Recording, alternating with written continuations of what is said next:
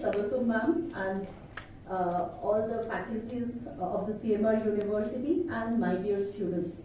A very good morning to all of you here.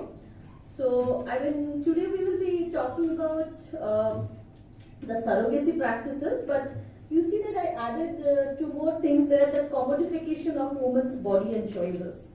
So, definitely we will try to take the journey of how the surrogacy practices, if you see that surrogacy practices in terms of as a historical fact, it was there in India since time immemorial. So we never, addressed it as a surrogacy practice or as a part of artificial reproductive technology, but it was there. But of late, with the increasing technologization of the society, we are coming to the newer aspect, newer dimensions of this surrogacy practices. So if you ask me that how surrogacy was related to us, to be precise, if you say that surrogacy is only one aspect of artificial reproductive technology. So the major, if you can see that the major issues are related to the artificial reproductive technology, and surrogacy is one part, whereas this artificial reproductive technology mostly deal with the technological part, and surrogacy has a human part. So that way we discuss more about it, because there is a commodification, there is a more exploitation, there is a human part of it. As we move on with the presentation, we will come to know more about it. So let's see that how artificial reproductive technology was there in India in historical days. Not even historical, I am saying mythological days. So forget about history. Think about the birth of Kauravas in Mahabharata. So 100 brothers they were. All of us know. So 100 brothers, one woman cannot carry them in her womb. So you can see that there was a kind of a story is given that there was a big sack-like things where from where the Kauravas were born. So the very setup, it looks like an IVF clinic, and there was the artificial insemination took place and Kauravas were born. So there was a conflict that when the Kunti became pregnant, that who will proceed. So from that conflict, it is very much seen that they took the help of the artificial reproductive technology for the birth of the Kauravas. So leave the mythology behind. So what I try to say here that it is the practices has been going on. It is nothing new. But now what we see that in the present days, there is especially we middle class educated people, we have a big faith on the technology. We are living in a technocratic society. Anything to do with technology, we believe, oh, that's really good. That is something to do with, it brings a lot of prestige, a lot of other things, that social status. So now that with this artificial reproductive technology is also gaining popularization. Even among the doctors also you will find that rather than the normal gynecologists or obstetricians, you will find those who are practicing IVF, their prestige and their, obviously the income, those are much higher. They gain much more respect because they are dealing with the hardcore technology. And this is the two aspects. One is this increasing that we are living in a more of a technocratic society, and on the other hand, you see there is a huge rise in the infertility, the problem of infertility. There are various reasons. One of the studies telling that among almost the 15% of the Indian couple, the number comes around 3 crores. They are facing the challenges of the infertility. There are very many reasons. One thing is that obviously that increasing pollution, stress in the life, tensions in the life.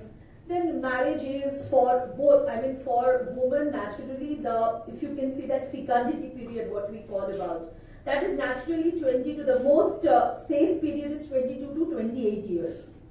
21 to 28 you can say, but most of the women, educated women, they start their reproductive functions after that, much after that. And obviously there are so many reasons for delaying pregnancy for both men and women. So it has its impact on the infertility issues.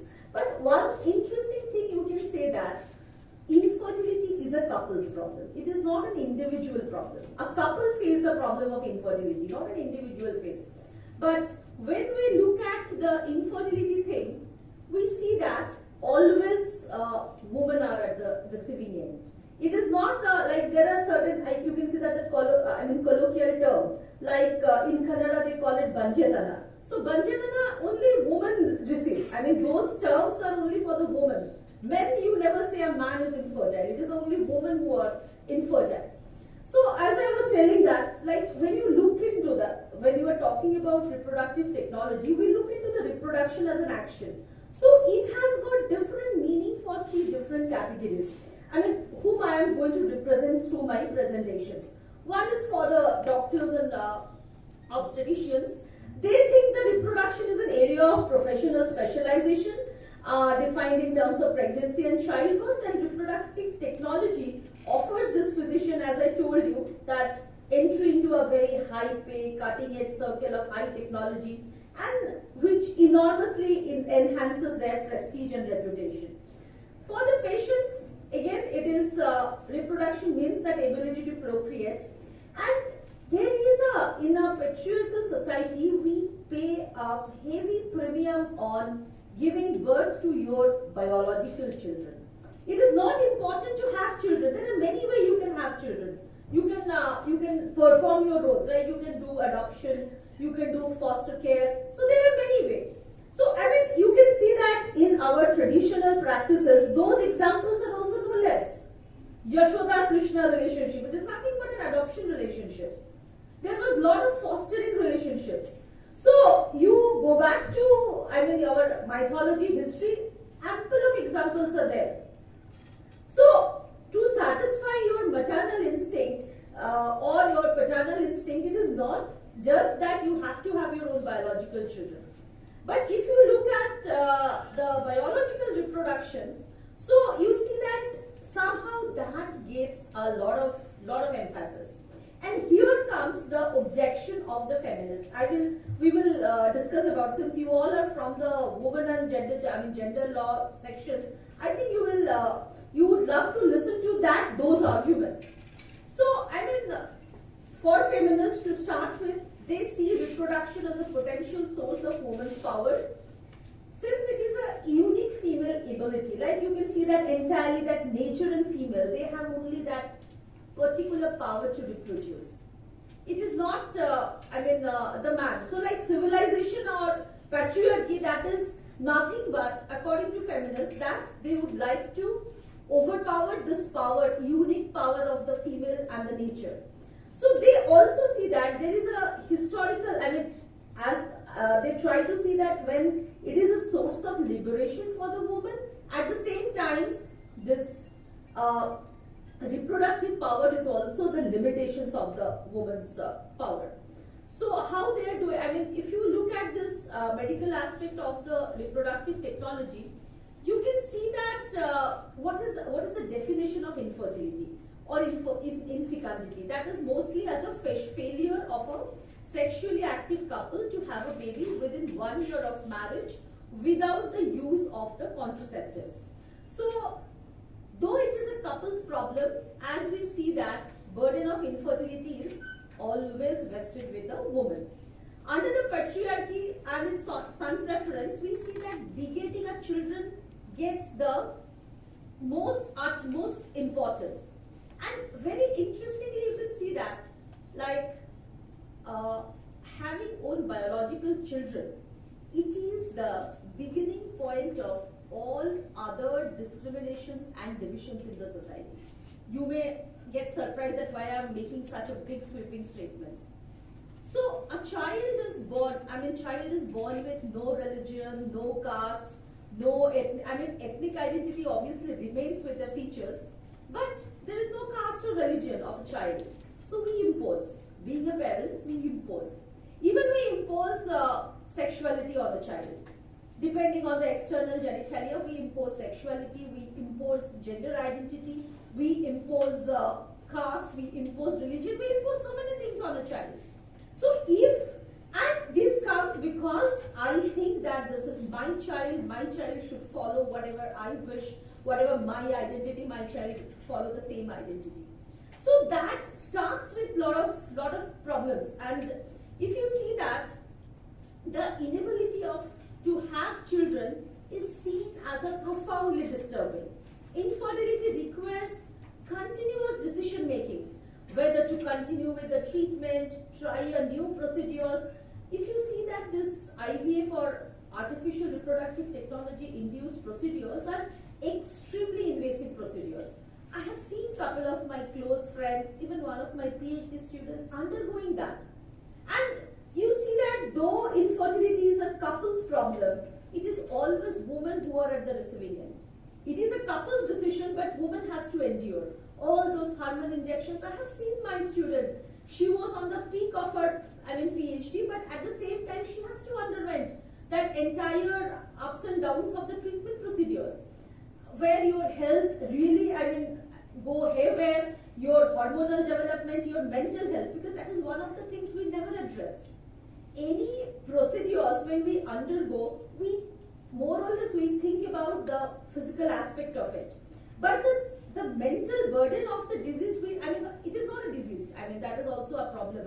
We consider it is a situation, but we term it as a disease, and woman is at the receiving end. Since she is bearing the treatment procedures, we consider that she is a diseased woman. She is a problematic position. So she takes entire burden of the treatment procedures. This is a biological aspect or treatment medical aspect of the infertility, but there is a profound social aspect. You have to keep on listening in any social gathering that when you were expecting, what is there? So there is a very nice thing. I remember one of the very famous talk about one of the interviews. Rajdeep Sardesai was interviewing Sania Mirza. So he was asking Sania Mirza that when you were thinking about settling down in life, so she said, what made you think that I am unsettled? I have so many Olympic medals. I have so many Asian Games World Championship medals at my kitty. I have won so many, I earned a significant decent incomes. I endorse so many products. What do you think that I am not settled yet? No, but what about your marriage? He said, yes, okay, I am married. Then he said, what about the kids? Then he said, just come to the point. Did you ever ask this question to Sachin Tendulkar? That when you are going to get settled? Why the woman is always being asked these questions, that without the marriage, without the children, you are forever unsettled. You don't ask these questions to a man. So obviously that our perception of woman, social perception of woman, there are so many other aspects of it, of the womanhood. It is not just the way you are, society tries to see you through that. So that way that infertility definitely has a profound social aspect. And it is a woman who has to bear all the questions, all the queries. It is not the man. Man is never infertile. It is a woman. Then you can see that, that's what I am telling, that there is a different perspectives on the men and women. If you ask a woman who is not having children, for her having children is most important. I had a small research on adoption. I have seen that more women are more open towards adoption. They want child. They want child from whatever be the source. It is not that they want their biological child. But whereas for the men, to have the biological child is a very, very important aspect.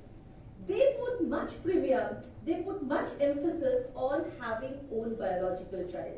And at the same time, they don't want to disclose that infertility is a couple's problem. It could be the fault of the man.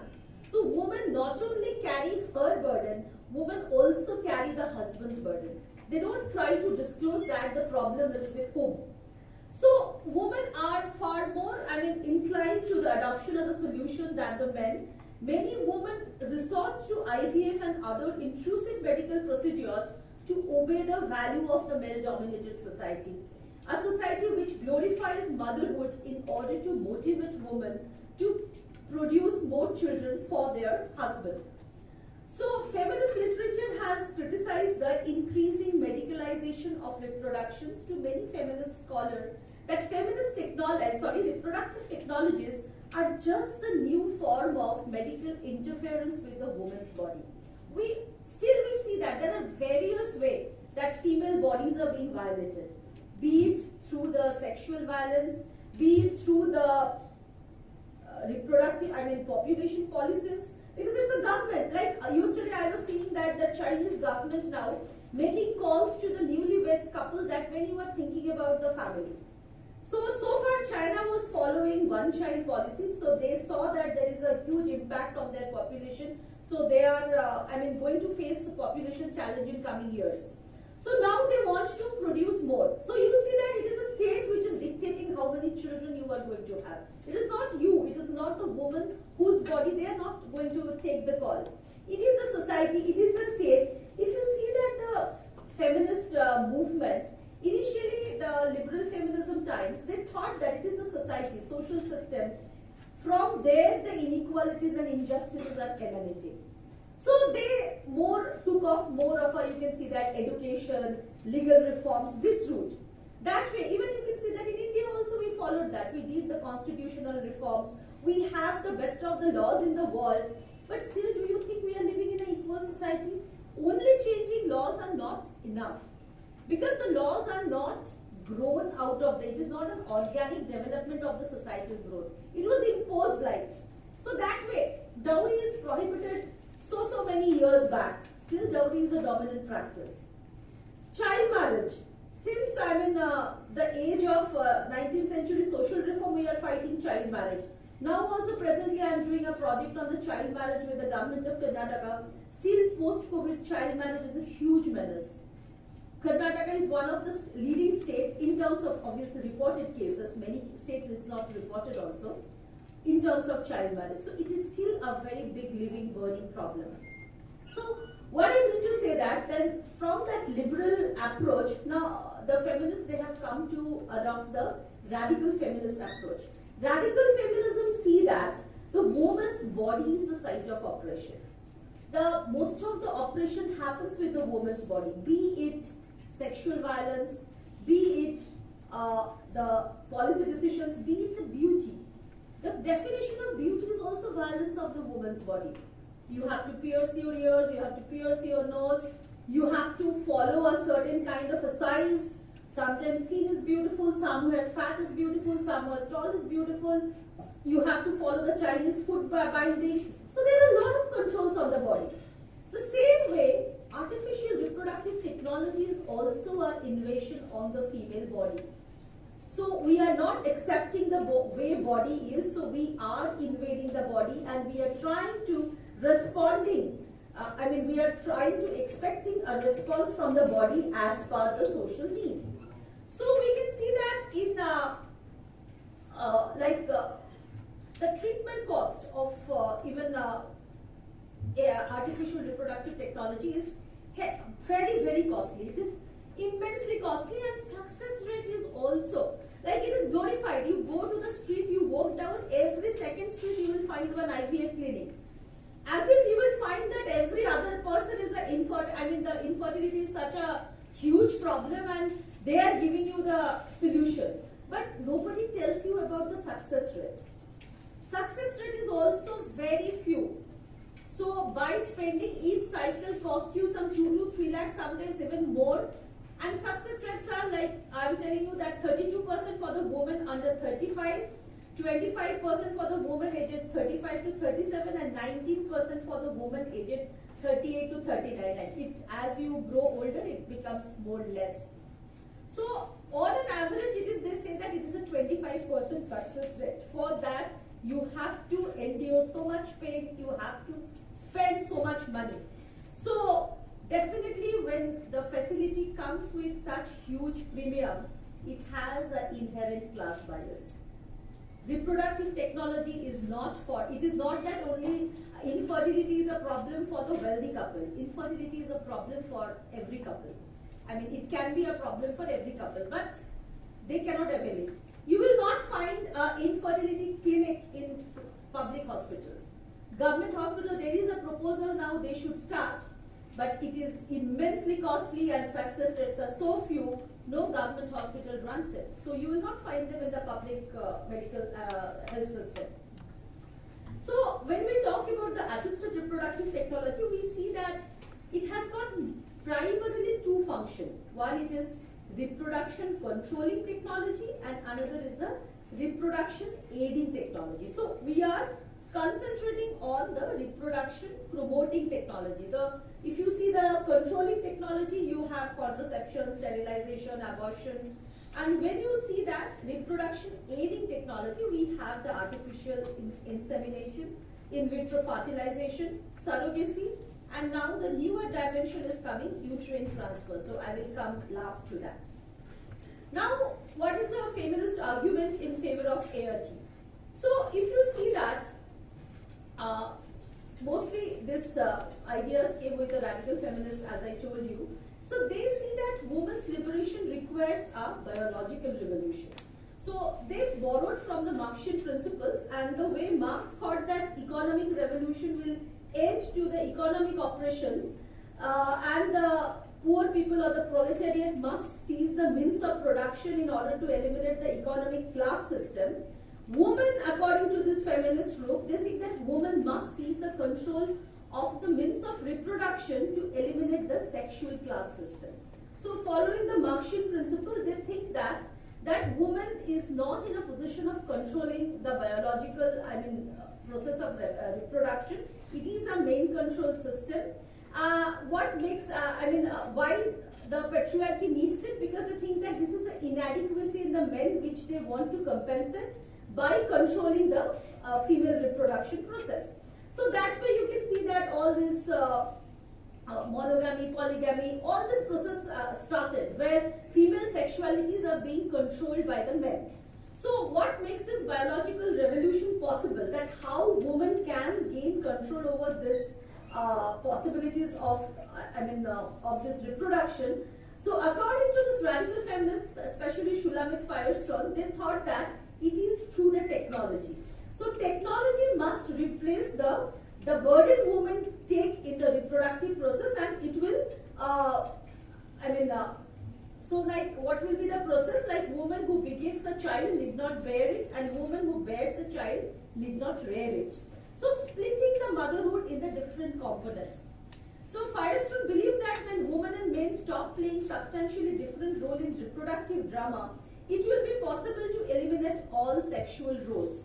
So when the technology is able to perfect artificial ways for people to reproduce, the need for the biological family will disappear. The need to impose heterosexuality as a means for ensuring human reproduction will be minimized, and the categories of heterosexuality and homosexuality will be abandoned, and institutional of sexual differentiation will disappear. So they thought that biological reproduction is responsible for so many inequalities and divisions in the society. So then we can see that there are two distinctive arguments we find. One is the feminist argument in favor of artificial reproductive technology, but there is another significant voice which is talking about the against of artificial reproductive technology. So Margie Piercy and Shulamit Firestone, they were severely criticized.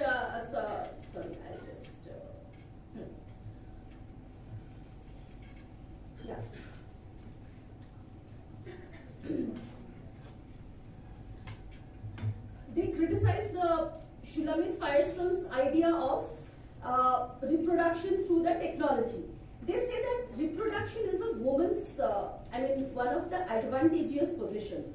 Why women should give it up in front of technology? If technology replaces woman, then what will be the role of woman? Have you, you all, the youngsters, you must be showing much of series in the OTT platform. If given a chance, you see there is a one thing called Handmaid's Tale. It is there in, I think, Netflix. So it is talking about, it is adaptation from a Margaret Atwood's famous book, the same title, Handmaid's Tale. Here they have seen that, like what's the expectations of patriarchy from a woman? They expect a wife, they expect a sexual partner, they expect a mother, they expect a worker, they expect a domestic worker. So many different, role a woman has to play. That's what we call it multitasking.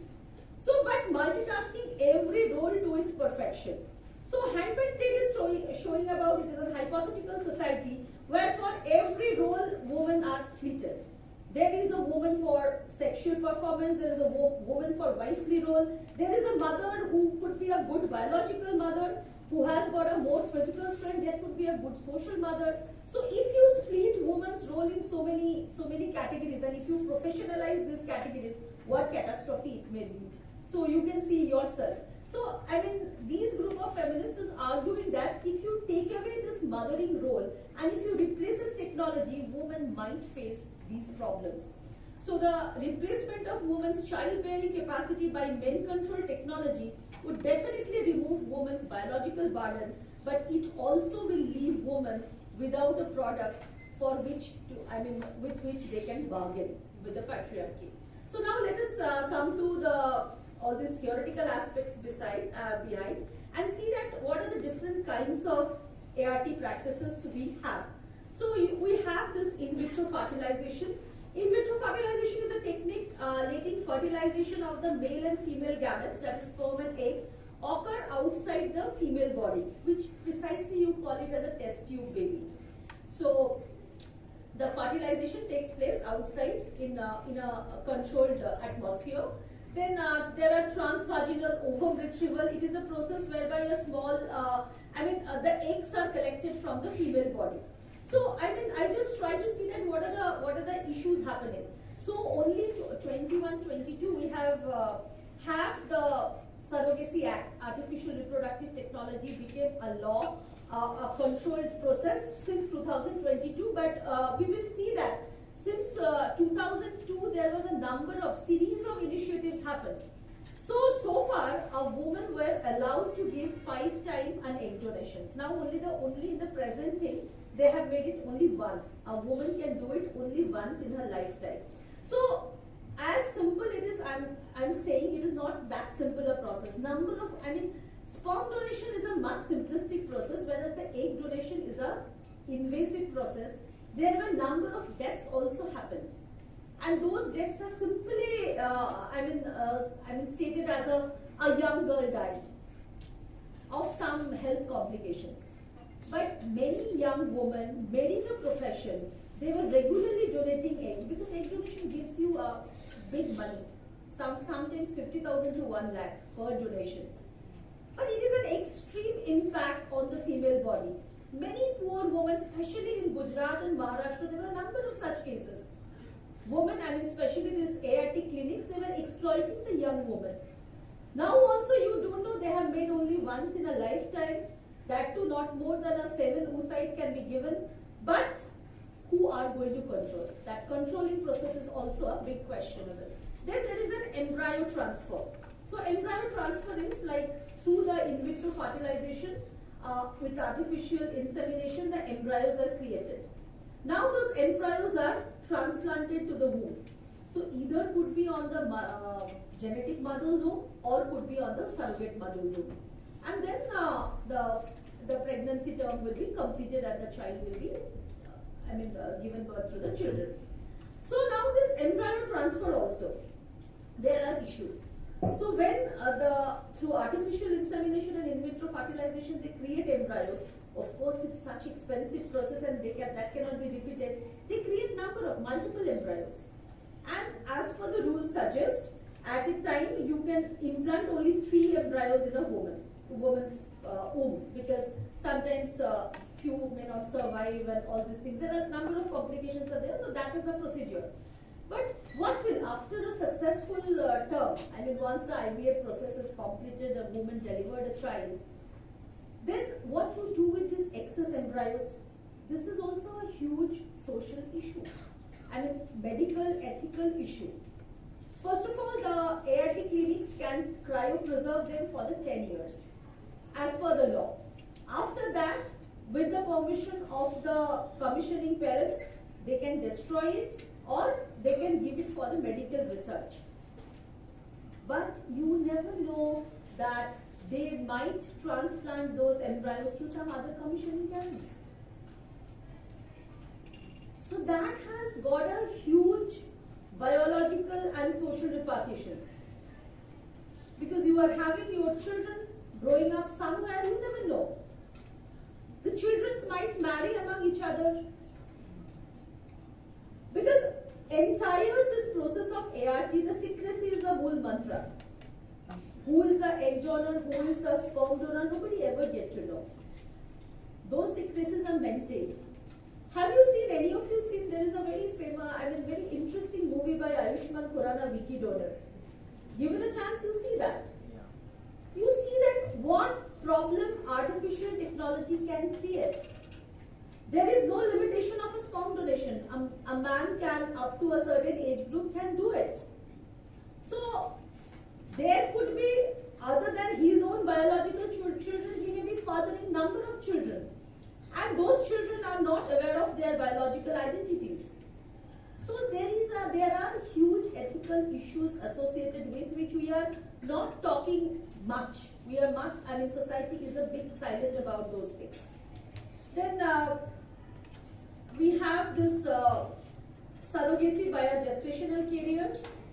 So there are two types of surrogacy. One is like in a traditional method, you see that what happened that the same biological mother, she only through artificial insemination on her own egg that could be inseminated by some other donor sperm, and she carries the pregnancy. And sometimes both the commissioning parents are unable to provide the sperm and egg for the system. So, and even unable to carry the pregnancy term. So that time a third woman is hired. So where the surrogate carries the pregnancy term. So here we call it the contracted surrogacy. If you look at the surrogacy, there are two types of surrogacy. One is the altruistic surrogacy and another is the commercial surrogacy. And there is this genetic surrogacy and the gestational surrogacy. And in two ways you can divide. So that we will come little less, but extreme risks are associated with the ART process. As I said to you that success rates are very few. Of the procedure, and even the procedure is successful, it carries these problems. There could be the genetic disorder, there could be the low birth weight of the child, there could be the preterm birth. Most of the time you will find that it ended up with the preterm birth. And you can see that this number of triplets, quadruplets, twins, these are also very high. Because as I told you that it often, as per procedure, it inserts 3 embryos in the woman's woman's uterus. So if 3 children grow into a healthy, the individual, the woman has to give birth to the triplets. So these are also very high, having this, and obviously because of this kind of a heavy, high risk pregnancy, there are the very high chances of the membrane damage. So now comes to that, these are this entire background of the, you can say that artificial reproductive technology. Now we are coming more towards the surrogacy. So surrogacy is one aspect. Now you must be understanding that there are very many layers in artificial reproductive technology. Surrogacy is only one aspect, but since it has got a more visible problem, so we are more concentrating on that. So we have this altruistic surrogacy versus commercial surrogacy and genetic versus gestational surrogacy. Altruistic surrogacy, where there is no remuneration paid to the surrogate mothers apart from the expenses that might be prescribed or incurred due to insurance coverage or medical expenditure. Meanwhile, commercial surrogacy occurs when apart from medical expenses and other prescribed expenses and insurance coverage over the surrogate, her services are commercialized and she is provided with payment, rewards, benefit, fees, remuneration, whatever you say, in monetary incentive in terms of cash or kinds. Genetic surrogacy is where the surrogate mother is also the biological mother of the child, whereas in gestational surrogacy, the surrogate gets the implantation of an embryo in her womb for the intending couple, but the child is not genetically related to her. So in new surrogacy bill in India, that genetic surrogacy is prohibited. That you cannot be the biological mother of the child and be the surrogate. So only through the gestational surrogacy is only allowed in the new surrogacy act in India. Then if you come to the legal part, which you will be interested, you can see that different laws are there in the different countries in terms of surrogacy. In UK, no contract agreement relating to surrogacy is legally binding. All expenses must be justified to the courts, which can intervene and ask for proof if the expenses incurred by the genetic parents are too high. So that means it is prohibiting the commercial surrogacy. In most of the states of the USA, commercial surrogacy is either illegal or unacceptable. In Australia, commercial surrogacy is a criminal offence. In Canada and New Zealand, commercial surrogacy is illegal. So you can see that most of the developed country, commercial surrogacy is unlawful and illegal. So that's why we made huge money in this surrogacy practices for the years. India has become the surrogacy capital of the world. So that ART and the surrogacy, it has become a medical tourism center where people used to come from the different countries and they indulged in these practices, and we were providing a very affordable and the good services. So, but what are the ethical practices associated with it? The medical literature frames the problems of infertility in a very narrow and clinical manner, whereas we see that there is profound health and mental health issues associated with. Reproductive technologies not only increases the meaning of reproduction for the physicians, but it also enhances their social reputations and prestige. There is an express concern about the routinization. So this is like, you can see that in India, even for the normal pregnancies also, cesarean section has become a practice. Like most of the time, most of the urban women, you see that they go for the C-section. And most of the rural women, they go for the normal delivery. So you can see that, and you see the delivery cost. If you go for the normal delivery, what is the cost? And if you go for the cesarean section, what is the cost? So now, IVF is even more costlier. So there could be a chance that doctors suggest you, even you are normally capable of reproducing, that to go for using such technologies. So that routinization is problematic. So this is also happening with the rich and influentials in India. They are using artificial reproductive technology for sex selection of the child, because otherwise sex selection is prohibited in India, and now it is, the law is a little, you have an enforceable law here. So now even they are using this technology for the sex selection process. Then you can see that ART procedures are, as I told you, that it is an expensive procedure, and you will always see that there is a class difference between the commissioning mother and surrogate mothers. So not all the women are, becoming the surrogate mothers. So you will see definitely the poorer women are opting to be the surrogate mothers. Then you can see that there is an inbuilt bias against the newborn also in the practices of the surrogacy.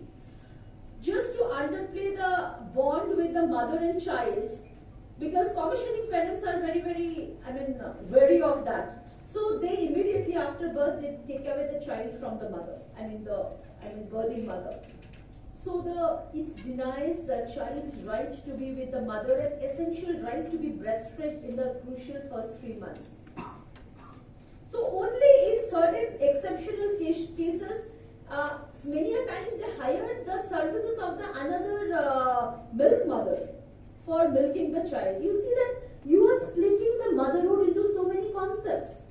There is a woman who is giving the egg. There is a woman, there is a woman who is carrying the pregnancy, that's the gestational mother. There is a woman who is commissioning mother. There is a milking woman who is a milk mother. So how many ways you are splitting the motherhood? It is nothing but commercialization of the motherhood. So splitting the motherhood between the genetic mother, gestational mother and the social mother. So Surrogacy Act 2010 allowed the sperm of a single donor for using up to 75 times, as I was telling you before.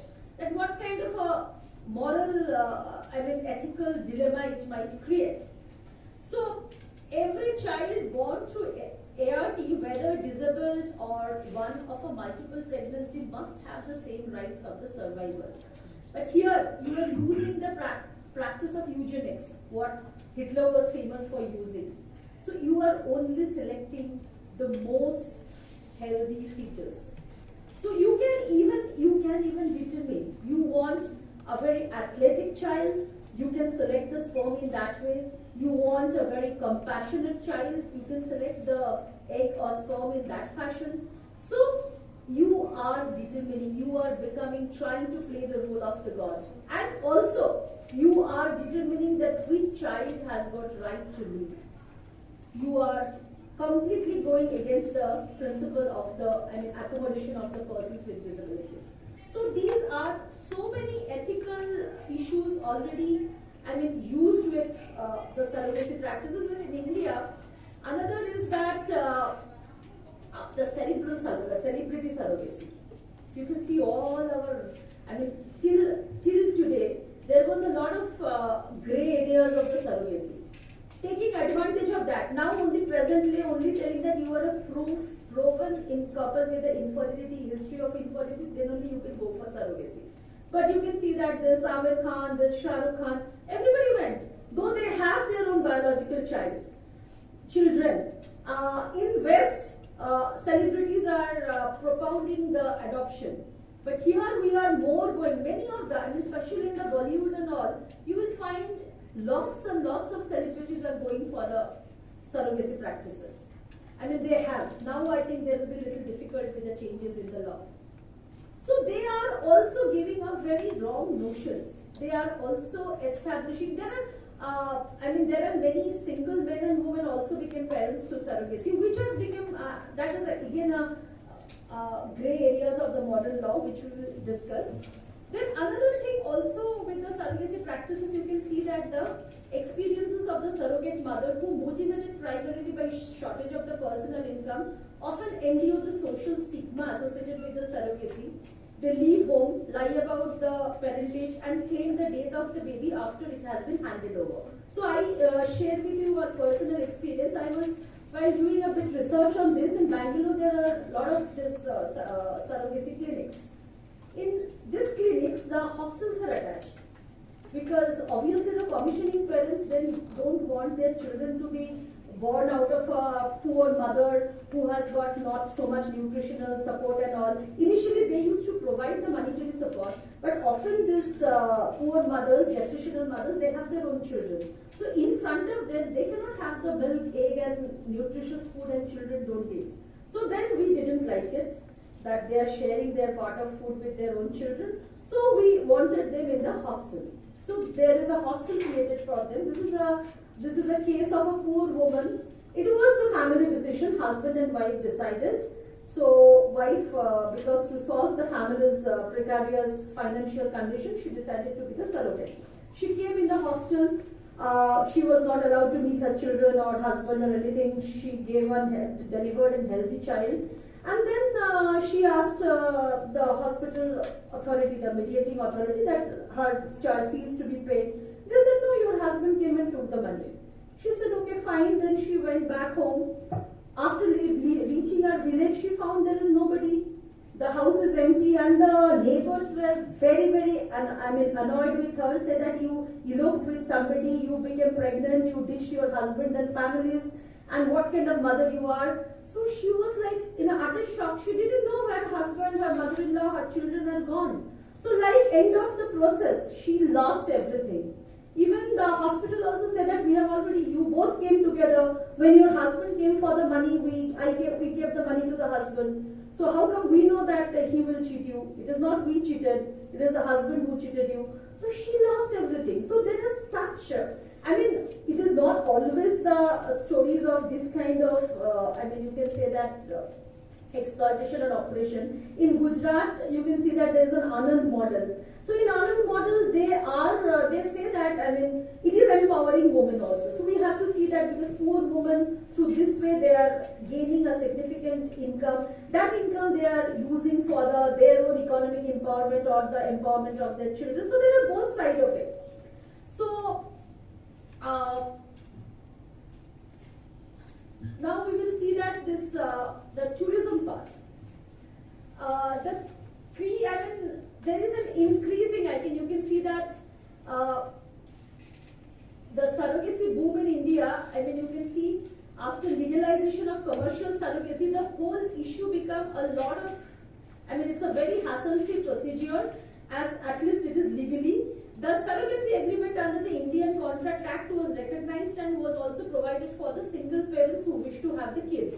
So that way you can see that many single parents, especially among the LGBTQ plus community, they come to India to have the children through surrogacy. So the liberal guidelines of the ICMR allowing egg donation and surrogacy have facilitated that, and the easy availability of egg donors and surrogate in India has also encouraged international patients to consider India as one of the suitable destinations for their IVF and other practices. So on that time, this is, you can see that very interesting. You see how costly the procedures.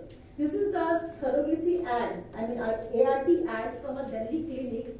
You see all the prices are mentioned in USD. So you can very well understand this process is not for the Indians, it is for everything. Like you can see that first transfer, I mean, what is the package? The entire, you can see the total surrogacy package is 25,500 USD. And you can see, come to the last with the red. And very interesting thing, you can see that Caucasian egg donor, additional 10,000 USD. So this is again our pasha for the white skin. So normal Indian egg donors will get much lesser. If you are a Caucasian egg donor, because it assures a white skin child, so you will get much more. So these are public ads.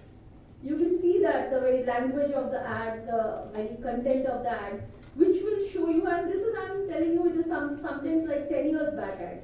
So you can think that amount of money it costs, the entire process.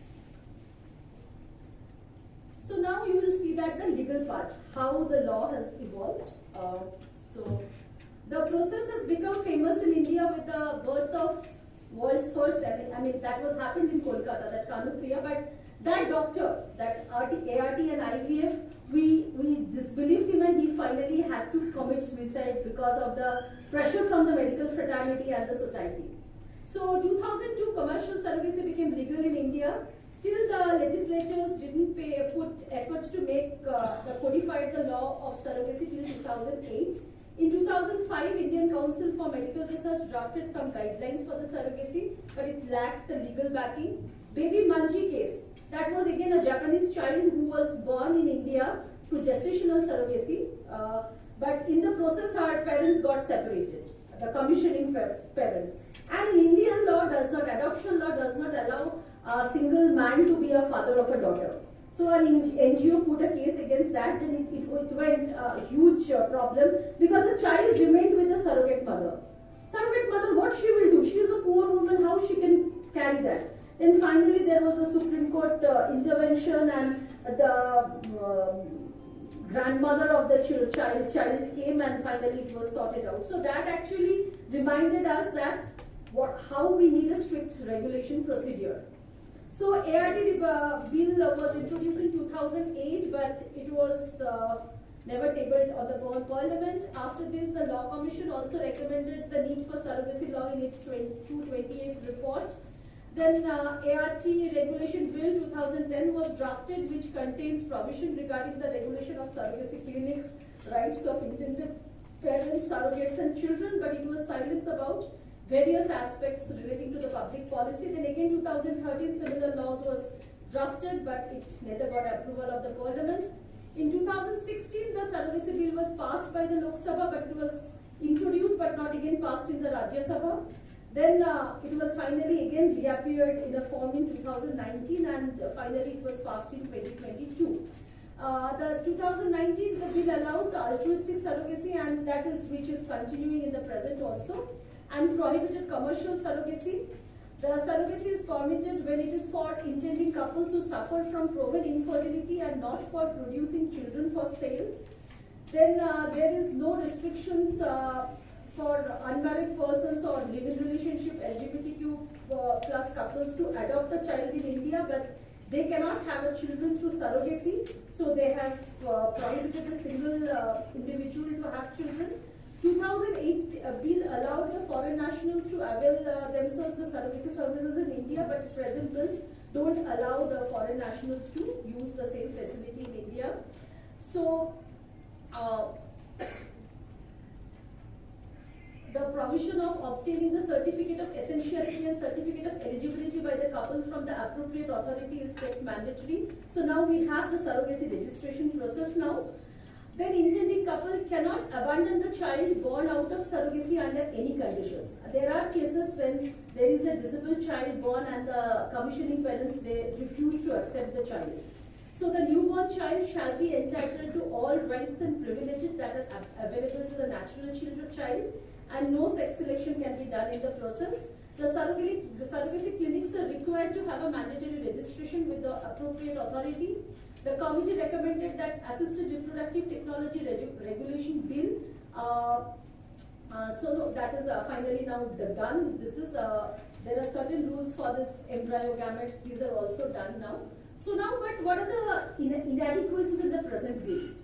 So the present bill, you can see that the services are available only to the two categories: the intending couple and an intending woman. Okay. So, but from this, what it excludes? That it excludes a chunk of society like unmarried females who wish to experience motherhood and are unable to conceive. The irony here lies in the fact that despite this law ostensibly embracing the modernity, it results in maintaining an orthodox taboo against embracing motherhood without marriage. So they are accepting the widow and divorcee, but they are not talking about the single woman. There are unintended, women, they can wish to remain single and can have parents. That is not being accepted. So a couple, according to the 2021 Act, is identified as a married Indian man and woman of ages above 21 and 18, respectively, leaving behind any man and woman in a living relationships who are intending to avail this. So, like this marriage-centeredness is one of the limitations of this bill. Then, with high registration fees and cumbersome regulatory provisions, the new law will make ART services costlier and create barriers for the people living on the lower incomes. Then law also framed in a heteronormative and exclusionary way. ART is made available only for the infertile heterosexual married couple or a single woman who are either widowed or divorcee, omitting the LGBTQ plus community and unmarried partners. This goes against the international standard and the latest Supreme Court of India decisions. I mean, you can see that Navteej Singh Johar Union of India case. So, by prohibiting the compensatory surrogacy, the law perpetuates a paternalistic model which undermines the woman's autonomy and the reproductive labor. Surrogacy, I mean, we know that it is the traditional surrogacy or gestational surrogacy, but 2021 Act only allows the gestational surrogacy as selection prohibits any woman for acting as a surrogate by providing her gametes. Section 8 of the Act provides for the surrogate's child to be considered as a biological child of the intending couple or intending woman. Traditional surrogacy is also an option for the single men, same-sex male couple, non-binary people, or intended mothers who are unable to produce egg or healthy eggs. So these are also the limited, they are also excluded from the process. Then we can see that now that there are problems are plenty, and now what we say that technology is an expansive field. One way we try to control it, another way technology creates a new domain. So you can see that the years of legal tussle in terms of surrogacy, from 2002 to we are trying to regulate or control. Finally, in 22, almost 20 years of effort, we could make some laws to control surrogacy. And another thing is that our main problem was with the surrogacy was that exploitations and commercial surrogacy, our main problem was the exploitation part. But rather than regulating that exploitation part, what we have done, we outright banned the surrogacy. So now, what do you think that this use of the surrogacy will only be altruistic? Altruistic means you have to find that somebody from the family or friend. In family also now they brought a generational character, because most of the surrogacy practices, what you see that it is the mother or mother-in-law they are using as a gestational carrier to avoid the legal hassles. But you can see that it's again a huge moral issues. So your grandmother is the gestational mother, so your grandmother is your mother or what? This could be the questions of the quiz, the relationship angles. So if you carried by your grandmother as a gestational mother, who is your mother? So these are the tricky questions. So these issues are there. So the new law is telling that you cannot select. You have to select the gestational career from your generation only. You cannot go beyond or go down. So that creates the ethical dilemma. So like your sisters and friends like that. But I can show anybody as friends. Even the monetary transaction is there. So who is going to do that? But here what is there that previously at least there was a law. This poor woman, they could at least go and knock the door of the court if the injustice happened. Now that chance is also not there. Only a 36 months insurance coverage, without that they are not getting anything. So when we needed to regulate it, we just outright banned it. So that also caused a lot of inconvenience for this poor woman. So now they have lost their bargaining power. They are doing it. It is not that they have stopped doing it. So where from you will get so many altruistic donors? So it is happening, but in a clandestine fashion. So you made the grey area black market more dominant in this field. So now another newer, what I say that technology is ever expansive. A newer areas come.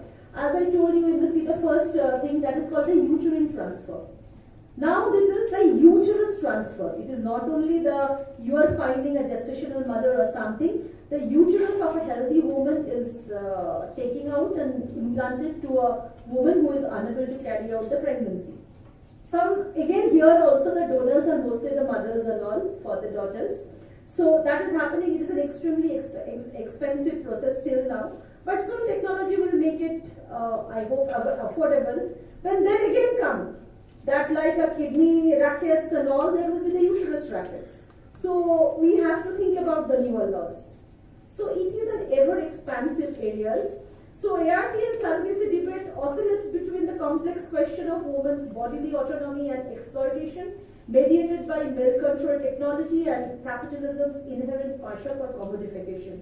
So in spite of its limitation, a carefully drafted act can expand the horizon of feminine liberty and minimize the potentially exploitative aspect to protect those who choose it as a reproductive option. So thank you. Now,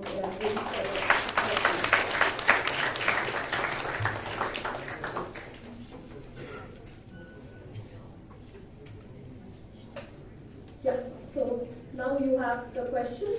Any doubts?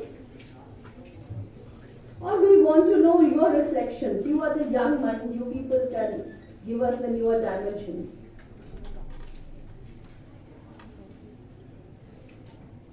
Good morning, ma'am, and everybody. Yes, very good morning. Ma'am, my doubt is when it comes to the contractual part of it. So, is it the intending parents, the surrogate mother, or the two parties in the contract, or is it the doctor involved as well?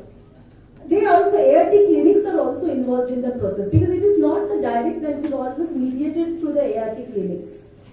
So, but now there is no commercial contacts. It is only that contacts in terms of that commissioning parents or intending parents will take the fuller responsibility of the child. And they provide a 36 month health insurance and the well-being of the gestational mother. So previously the contract was more profound contract, and another interesting part in the contract you will see that the Western contract and Indian contract. In Western contract, majority of the money, when it was a commercial surrogacy, majority of the money paid before birth. And Indian contract, maximum portions is only after delivery. Many a times so happen that you see that what is the infant mortality rate in India? It's very high. So in the process of the childbirth, maternal mortality and infant mortality both are high. If the child dies, so mother carried, the gestational carrier carried it for full 10 months period. But she delivered to submit the product. So in that case, she lost entire benefit. So those are the exploitative part.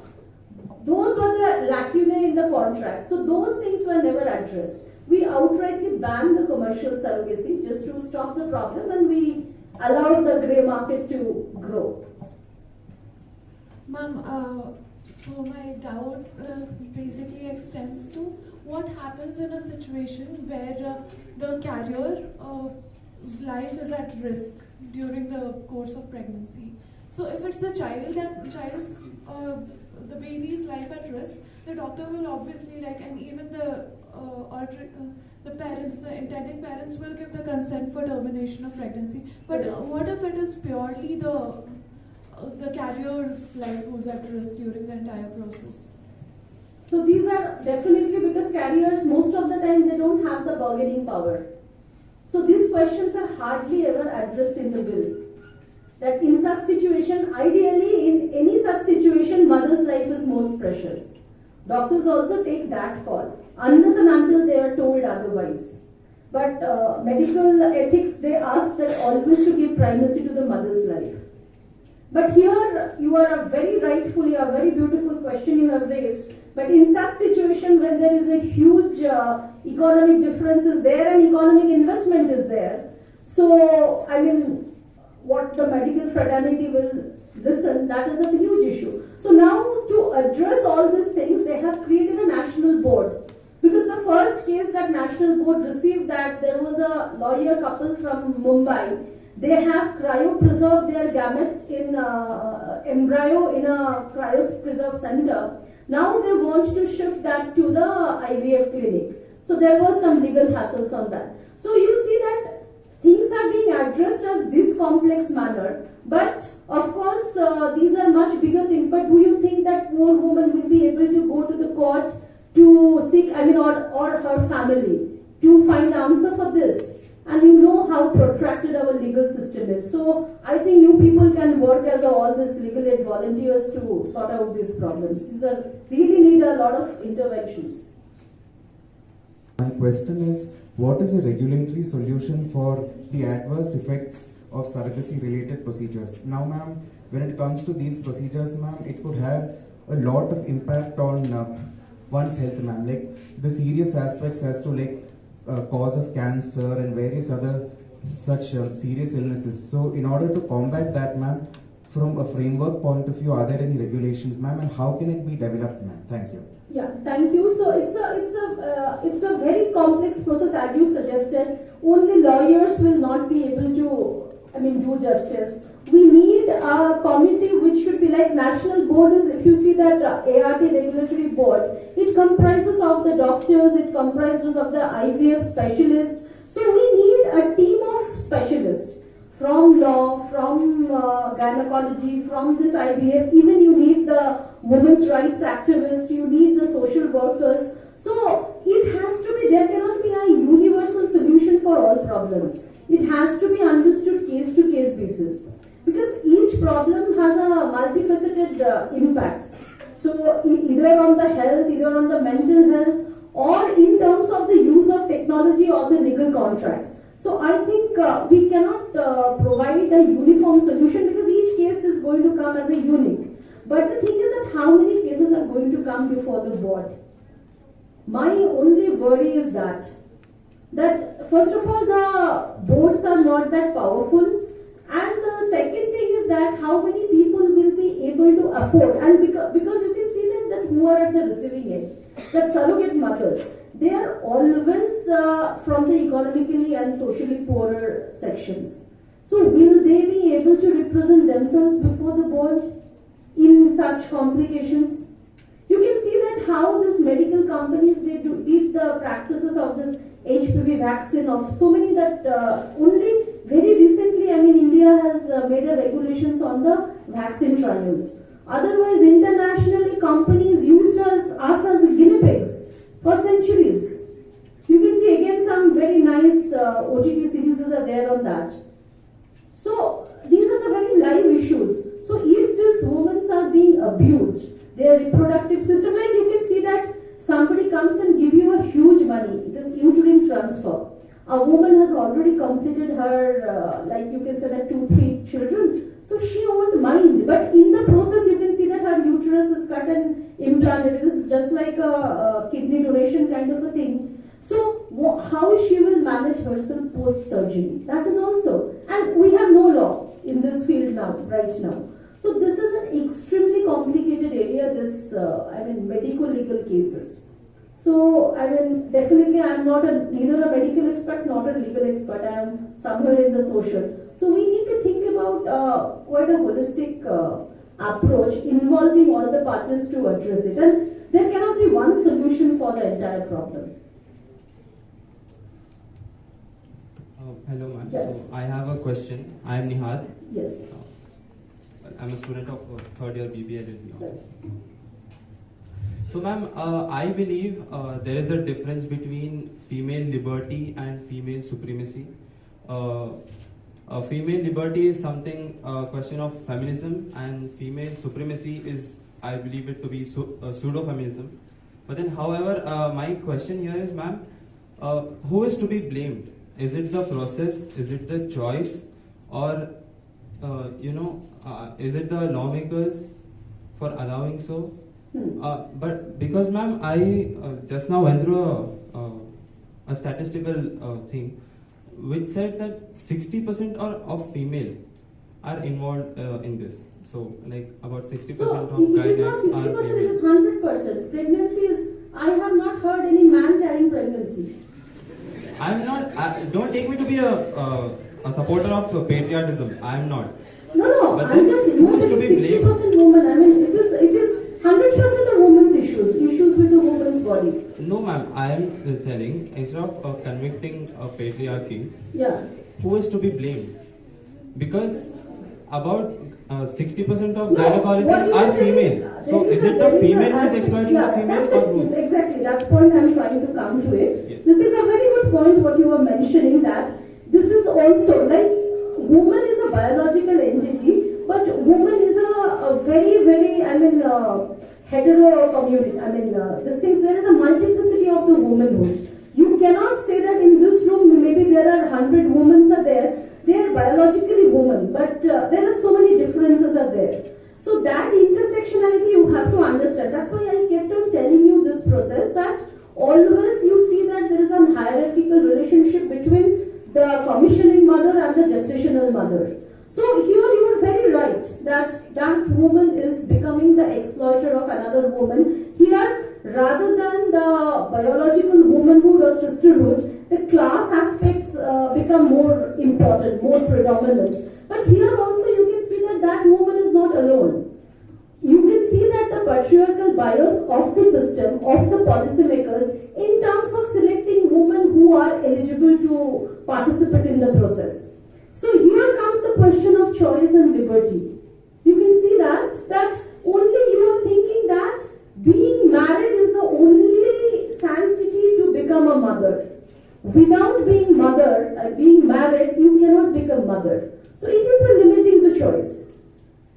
So when how a woman can become a mother, so that is being decided by the state or by the society, or even you can see that when the selection of the ART procedures, how many women have we ever done, because it is extremely a personal thing. I tried to do a bit research, but I was not that successful because it was extremely time consuming, that the women who are joining this artificial reproductive technology process, IVF cycles, how many of their own choice? How many are doing it? Because I have seen, like one of my very good friends, she is in a very big positions and all, she refused. And her husband said that by seeing my wife's plight, we decided not to go for that. And they finally ended up doing the abortions. But at the same time, I have seen my student. She was from a traditional setup, so she was carrying that enormous burden that she cannot become mother. So she was like doubly guilt that she is not able to doing justice to her PhD, which is on the end of the thing. But at that crucial point of her career, her family was forcing her to undergo this invasive treatment procedure. So you can see that here comes that how many women choose the IVF process of their own. How many women they have that, even if financially all these women, they come from a very well-to-do families, because otherwise they cannot afford this IVF procedure. So, but it is not a free choice. choice is restricted by the state, free choice is restricted by the family, and we are also conditioned. Here comes the important questions that patriarchy. So we are constrained by our mindset are constrained by because these women are also thinking that their worth is getting a child. Otherwise, as an individual, they have never settled. Only after having a child, you were settled. So even you can see that you see the anecdotal evidences from the Indira Nooyi and everybody. They regularly have acknowledged that your accomplishment as an individual is never that important unless and until you are a good mother. There are certain quote unquote parameters to be a good mother. So here comes it can be my choice not to become a mother, but you will undergo a lot of scrutiny. Things are changing, provided your generation will be able to do better. But it is not fully over. So, am I able to give your answer, or you have some more doubts? Thank you.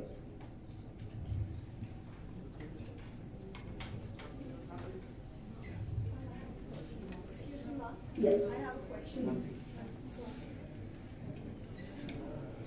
Basically, good morning, Ma. Good morning. So, I'm Mansi, and I was just going through the slides. So somewhere there was this word called commodification, which was used initially, right? Yeah. So there was this concept of surrogacy, which was, somewhere you were trying to show us the other side of surrogacy, where it is not altruistic in nature. Yeah. So my question is, when we are speaking of commodification of surrogacy, though it might go a bit off topic, isn't it commodification of a woman's body and values even when it comes to sex workers in our country? Yeah, definitely. Definitely, that is we don't. There is even in the sex work also there is a debate going on. Like you can see that for Denmark and all those countries, they have legalized sex work. So legalization is even if you legalize a sex work, it is never a free choice. Most of the time, if you see in our country, that who becomes the sex workers. Once you are in the profession, then carrying on the profession or not to carry on the profession may be your choice.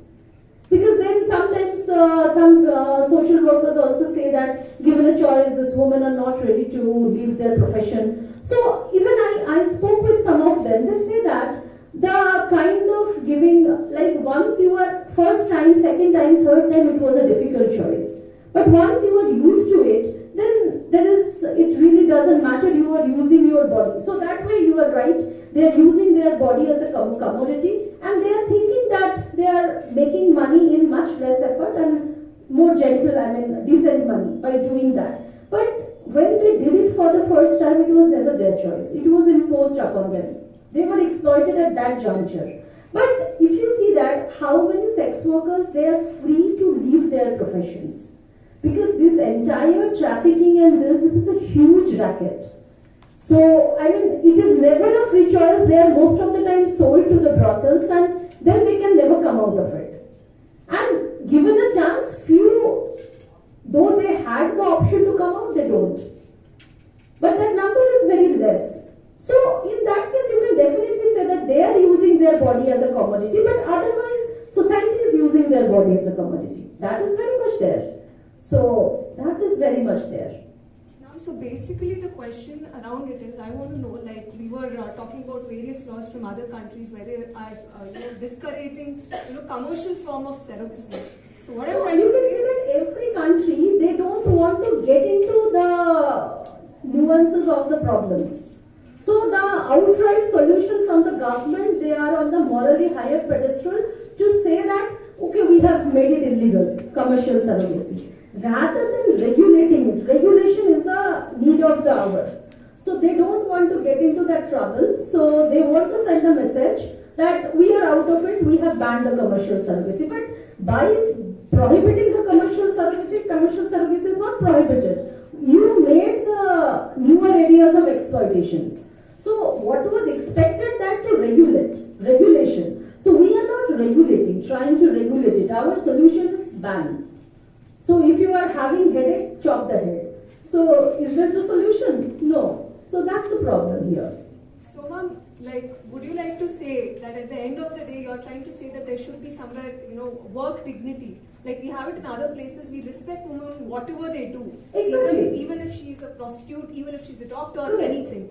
Do you think at the end you would like to No, conclude that that there is, should be that work is respect? also a huge, like if you can see that this Anand, I'm forgetting the name of the doctor, she has made a village of the surrogate mothers.